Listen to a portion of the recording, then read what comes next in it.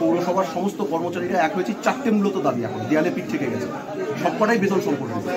আমাদের প্রতি মাসের বেতন মাসে দিতে হবে, অর্থাৎ নভেম্বর মাসের বেতন ডিসেম্বর মাসের মধ্যে দিতে হবে। সমস্ত শ্রমিক কর্মচারীদের একই দিনে বেতন দিতে হবে। আর আমাদের যে বকেয়া 2 মাস বেতন বাকি পড়ে রয়েছে সেই 3 মাস, আমাদের গার্ড ভাইরা 3 মাস বেতন পায় না।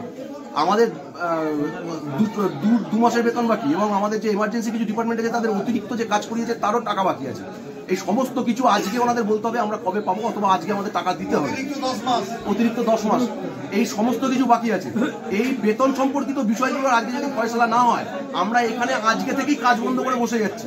আগামীকাল থেকে পুরো পৌরসভার সমস্ত দপ্তর অচল হয়ে যাবে যদি আজকে কোনো সিদ্ধান্ত না হয়।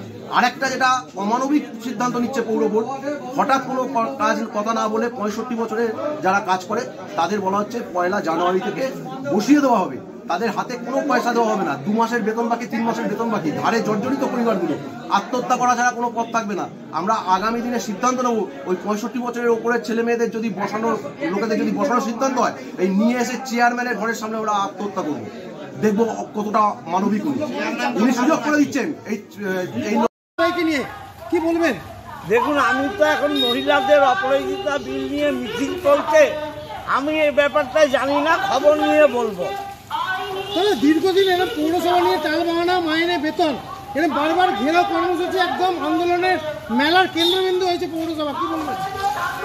দেখুন, পৌরসভা নিয়ে যারা পৌরসভার কাউন্সিলর এবং স্টাফ তারাই বলতে পারে, আমার পক্ষে এটা বলা সম্ভব না।